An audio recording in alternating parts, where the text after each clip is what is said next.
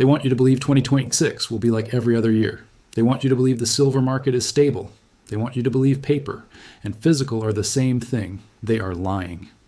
Because what is coming in 2026 is not a repeat of 2008. It is worse. In 2008, silver crashed from $21 to $9 in 6 months. Fortunes evaporated. Portfolios collapsed. Margin calls destroyed traders. And when the dust settled, the paper holders were wiped out while the physical holders quietly accumulated at the bottom. But here is what nobody's telling you about 2026. The setup is not the same, the leverage is higher, the inventory is lower, the gatekeepers are tighter, and the fracture between paper and physical is already visible.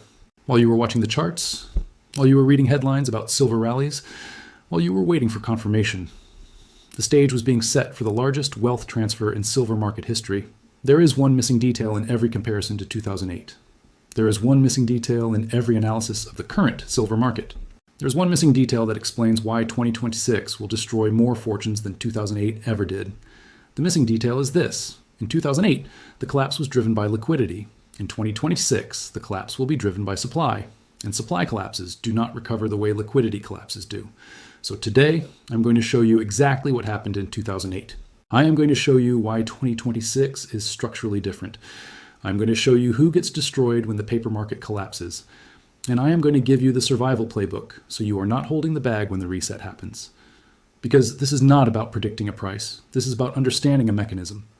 And once you understand the mechanism, you will know exactly what to do. Let's begin. Part 1. What actually happened in 2008? The lesson you forgot. Let me take you back to 2008. Not the sanitized version you see in documentaries, the real version. The version that destroyed fortunes in real time. In March 2008, silver was trading above $20 per ounce. The narrative was bullish. Commodity supercycle, emerging markets demand, inflation hedge. Every analyst had a price target above $30. And then September happened. Lehman Brothers collapsed. Credit markets froze. Liquidity disappeared. And silver did not go up as a safe haven. Silver crashed hard. By October 2008, silver had fallen to $9 per ounce. That is a 57% collapse in 6 months. Let me repeat that. 57% in 6 months. Fortunes were destroyed. Margin calls wiped out leveraged traders. Futures accounts went to zero. ETFs collapsed. And the people who thought they were hedged with paper silver watched their positions evaporate. But here's the part that most people forget. While the paper price was crashing, the physical market was doing something else. Physical premiums were spiking. Dealers were running out of inventory. Mints could not keep up with demand. Delivery delays stretched from days to weeks. So you had two markets. The paper market was saying silver is worth $9. The physical market was saying you cannot get silver at $9. You had to pay $12, $13, $14 to actually get metal delivered. That is a 30 to 50% premium over spot. And that premium was the market screaming that paper and physical had decoupled. But most people did not understand what that meant. They thought it was temporary. They thought the premium would compress once the panic subsided. And in 2009, it did. The markets recovered. Liquidity returned. The Federal Reserve printed money, and silver eventually climbed back above $20 and then went on to hit $48 in 2011. So the people who held physical through the crash made fortunes. The people who held paper and got margin called were destroyed. That was the lesson of 2008. Physical survives liquidity crises. Paper does not. Part 2. Why 2026 is not 2008. The structural difference. Here is what most people misunderstand about market collapses. They think every crash is the same. They think every crisis follows the same script. Buy the dip, wait for recovery, sell at the top. But not all crashes are created equal. There are liquidity crashes, and there are supply crashes. And the difference between the two is everything. In 2008, the silver crash was driven by liquidity. Banks needed cash. Hedge funds had margin calls. Everyone was selling everything to raise dollars. Silver, gold, oil, stocks. It all went down together. That is a liquidity-driven crash. And liquidity-driven crashes are temporary. Because once central banks print money and inject liquidity back into the system, the assets recover. That is exactly what happened. The Fed printed, liquidity returned, silver recovered. But 2026 is not a liquidity crash. 2026 is a supply crash. And supply crashes are permanent. Let me explain the difference. In a liquidity crash, the asset still exists. The silver is still in the vault. The problem is no one has cash to buy it. So the price crashes because there are no bids.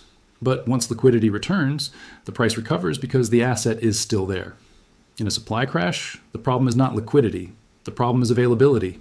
The silver is not in the vault, or it is in the vault, but you cannot access it, or it is in the vault, but it is allocated to someone else, or it is in the vault, but export controls prevent it from leaving the country. That is a supply crash. And in a supply crash, printing money does not fix the problem, because you cannot print silver. Now let me show you the structural differences between 2008 and 2026. First, inventory levels. In 2008, COMEX registered silver inventory was around 60 million ounces. As of late 2025, COMEX registered silver inventory is around 40 million ounces. That is a 33% decline. But open interest, the number of contracts betting on silver, is higher now than it was in 2008. So you have more claims on less metal. That is a structural imbalance. Second, the gatekeeper layer. In 2008, China was exporting silver freely. There were no export controls. There were no licensing requirements. There were no restrictions. If you wanted to buy silver from China and ship it to New York, you could do that. In 2026, China has installed export licensing. Only approved companies can export. And even those companies need government permission for every shipment. That means arbitrage is broken. Part 3, the paper collapse. 2.0 mechanism, how it breaks. Now let me walk you through exactly how the paper market collapses. Because this is not speculation, this is mechanics. The paper silver market is built on a simple promise. Every futures contract says you can either settle this contract in cash or you can take delivery of physical metal. That promise is what gives the contract value. Because if you cannot take delivery, then the contract is not backed by anything. It is just a bet, a side bet, a derivative with no collateral. Now, here's the problem. The paper market assumes that physical delivery is always possible. It assumes that if you want metal, the metal will be there. But what happens when the metal is not there? What happens when registered inventory is 40 million ounces, but open interest represents 200 million ounces? What happens when you ask for delivery and the exchange says, we will settle you in cash instead? That is called a delivery default. Not because the exchange refuses to honor the contract, but because the metal does not exist at the contract price. And once delivery defaults begin, the paper market loses all credibility because the promise, the foundational promise, that you can convert paper to metal is broken. Now, let me show you the 3-stage collapse. Stage 1, premium divergence. This is already happening. Shanghai premiums over New York, Tokyo premiums over COMEX, physical dealers charging $5, $10, $15 over spot. This is the market saying the paper price is not the physical price. Stage 2, delivery delays. You place an order for physical. The dealer says, we will ship in 2 weeks. Then 2 weeks becomes 4 weeks. Then 4 weeks becomes 8 weeks. Then 8 weeks becomes, we cannot give you a delivery date. This is the market saying, we do not have the metal. Stage 3, forced cash settlement. You hold a futures contract. You stand for delivery. The exchange says, we will settle you in cash at the contract price. You say, I do not want cash, I want metal. The exchange says, metal is not available. You will take cash or nothing. This is the market saying, the paper price is fiction. And once stage 3 happens, the entire paper market collapses. Because if you cannot get metal at the paper price, then the paper price is irrelevant. The only price that matters is the physical price. And the physical price is whatever the guy with the metal says it is. Part 4, who gets destroyed in 2026, the casualties. Now, let me be very specific about who gets destroyed when this happens. Because this is not about everyone loses. This is about wealth transfer from one group to another. So let me map the casualties. Casualty 1, paper ETF holders. If you own SLV or any other silver ETF, you own shares in a fund that claims to hold silver. But do they actually hold it? Is it audited? Is it allocated? Is it segregated? Or is it should be there metal? In a supply crisis, should be there becomes not actually there. And when the fund cannot deliver metal to redeem shares, the share price collapses. You are left holding a piece of paper that says you own silver, but you do not own silver. You own a claim on silver. And claims are worth nothing when the metal is gone. Casualty 2, futures speculators. If you're long silver futures and you think you can just roll the contract or take delivery, you are wrong. When delivery defaults begin, the exchange will force cash settlement. You will not get metal. You will get dollars. And if the physical price has already spiked to $150 while your contract settled at $70, you just lost $80 per ounce. That is not a small loss. That is total destruction. Casualty 3, unallocated account holders. If you have a precious metals account with a bank or dealer and the metal is unallocated, that means the metal is not specifically set aside for you. It is pooled. And in a supply crisis, pooled metal gets allocated to the highest bidder or the most important client. You are not the most important client. So your unallocated claim becomes worthless. You thought you owned silver? You owned nothing. Casualty 4, banks short physical. If you are a bank that sold silver you do not have because you thought you could always buy it back cheaper or settle in cash, you are about to get destroyed. Because when physical is unavailable, you cannot cover your short. You either default or you pay whatever price the market demands. And in a supply crisis, the market demands blood. Casualty 5, anyone who waits for confirmation. If you are waiting for the mainstream media to confirm that the paper market is collapsing before you act, you will be too late. By the time CNBC runs a segment titled Silver Market in Crisis, the physical metal will already be locked up. Premiums will already be 50 to 100% over spot. Delivery delays will already be 6 months. And you will be stuck holding paper that is worthless. So the casualties are clear: paper holders, leveraged traders, unallocated accounts, shorts, and the late movers. These are the people who will watch their fortunes evaporate in 2026. Part 5. Who wins in 2026? The survivors.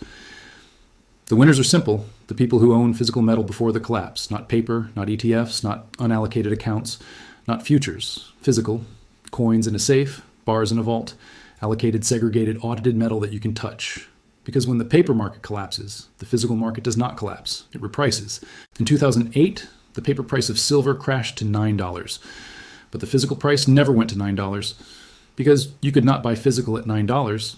You had to pay $12, $13, $14. The premium was the signal that paper and physical had decoupled. In 2026, the same thing will happen, but the gap will be bigger because in 2008, the gap was driven by liquidity panic. In 2026, the gap will be driven by supply scarcity. So the paper price might crash to $50, but the physical price might be $120 or $150 or $200 because the physical price is not determined by futures contracts. It is determined by availability. And when availability is zero, the price is whatever the seller wants. That is the law of supply and demand at its most brutal. No supply means infinite price, or at least a price that only the desperate will pay. So the winners are the people who hold physical, the people who ignored the paper price, the people who accumulated quietly while everyone else was trading candles, the people who understood that in a supply crisis, possession is everything. Now, let me be clear about what winning looks like. Winning does not mean you sell your physical silver at the top and retire to a beach. Winning means you survive the collapse with your wealth intact while others are destroyed. Winning means you hold an asset that maintains its value while paper assets evaporate. Winning means you are not forced to sell at the bottom because you are not leveraged and you are not panicking. The people who win are the people who prepared early. The people who converted paper to physical when premiums were low and availability was high. The people who took delivery and stored it securely. The people who verified their holdings and made sure their metal was allocated and segregated. These are not the loudest people. They are not on Twitter posting price predictions. They are not in the forums arguing about technical analysis. They are quiet. They are patient. They are positioned. And when the collapse happens, they do not panic because they already made their decision months or years ago. The other group that wins is the people who understand the timeline. They know that supply collapses do not resolve quickly. They know that you cannot print silver. They know that export controls do not get lifted overnight. They know that once the physical market decouples from the paper market, it can stay decoupled for months or even years. So they do not try to trade the volatility. They do not try to time the top. They hold, they wait, and they let the market come to them. Because in a supply crisis, time is on the side of the people who own the scarce asset. Part 6. The survival playbook, what you do now. Rule 1. Convert paper to physical while you still can. If you own SLV, sell it and buy physical. If you own futures, close them and buy physical. If you have unallocated accounts, convert to allocated or withdraw and buy physical. Do this now, not next month, not when the headlines confirm the crisis. Now, because once the crisis is obvious, conversion will be impossible. Dealers will be out of stock, premiums will be prohibitive, delivery times will be measured in months, not days. Rule 2, verify your metal is actually yours. If you have allocated metal in a vault, call the vault and verify. Ask for the serial numbers. Ask for an audit report. Ask for proof that your metal is segregated and not pooled. Because allocated on paper does not mean allocated in reality unless you verify. Trust but verify. That is the rule. Do not assume your vault is honest. Do not assume your dealer is storing your metal separately. Verify it. Document it. Get proof.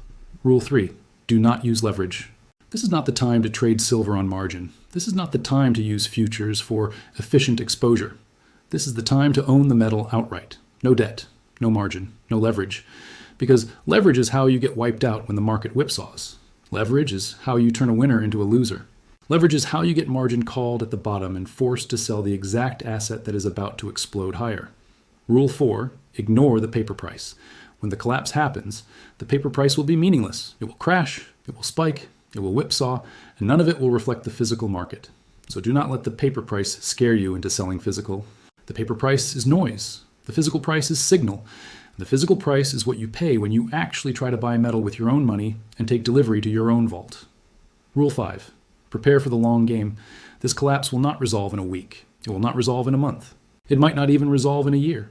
Because supply crises take time to fix. You cannot print silver. You cannot magically increase mine output overnight. You cannot force China to export if China does not want to export. So the people who survive are the people who can hold through the chaos. The people who do not panic, sell. The people who understand that physical metal is the end game. Rule 6, watch for the 3-stage collapse signals. Stage 1, premium divergence. If physical premiums start spiking above 10, 15, 20% over spot, that is the warning. Stage 2, delivery delays. If dealers start quoting 6-week, 8-week, 12-week delivery times, that is the alarm. Stage 3, forced cash settlement. If exchanges start forcing cash settlement instead of physical delivery, that is the collapse. If you see stage 1, act immediately. If you see stage 2, it is almost too late. If you see stage 3, it is too late. So here's where we are. 2008 taught us that liquidity crises destroy paper holders and reward physical holders. 2026 is not a liquidity crisis. 2026 is a supply crisis. And supply crises are worse because liquidity can be printed. Supply cannot. The paper-silver market is built on a promise that you can convert paper to metal. But when inventory is low, leverage is high, arbitrage is broken, and gatekeepers control the flow, that promise becomes a lie. And when the lie is exposed, the paper market collapses. Not because people stop trading, but because people realize that paper is not backed by anything. In 2008, silver crashed from $21 to $9 and fortunes were destroyed. But the people who held physical through the crash came out winners. In 2026, the same thing will happen, but the gap between paper and physical will be larger. The collapse will be deeper. The recovery will be slower. And the fortunes destroyed will be bigger. Because the people holding paper will watch their positions go to zero, while the people holding physical watch their metal reprice to reflect true scarcity. This is not a prediction. This is a pattern. And the pattern has played out in every supply crisis in history, from oil embargoes to rare earth restrictions to semiconductor shortages. When supply gets locked behind gates, the paper price becomes fiction, and the physical price becomes reality. So the question is simple. Do you own paper, or do you own metal? Because in a supply crisis, only one of those survives. The fork in the road is not between buying and not buying. The fork in the road is between physical and paper. And that fork will determine whether you survive the collapse or get destroyed by it. In 2008, the lesson was clear. Physical survives, paper dies. In 2026, that lesson will be taught again. But this time, the price of ignoring it will be higher. Because this time, the collapse is not driven by liquidity. It is driven by supply. And supply collapses do not recover the way liquidity collapses do. They reprice. They reset. They transfer wealth from the unprepared to the prepared. From the paper holders to the metal holders, from the speculators to the accumulators. So the question is not whether the collapse is coming. The question is, which side of the collapse will you be on? If you understand what I just showed you, you already know the answer. If you do not understand, you will learn the hard way, the way everyone learned in 2008. But this time, there will be no recovery for the paper holders, because the metal will not come back to the market. It will be locked inside gates, allocated to strategic buyers, hoarded by governments, and priced beyond the reach of anyone who waited too long. That is the lesson of 2026. And the lesson is being written right now. Not in the future. Not when the headlines confirm it. Right now. The gap between Shanghai and New York is already there. The premiums are already rising. The delivery delays are already starting. The 3-stage collapse is already in motion. And if you're still sitting on paper, asking yourself whether this is real, you are already behind.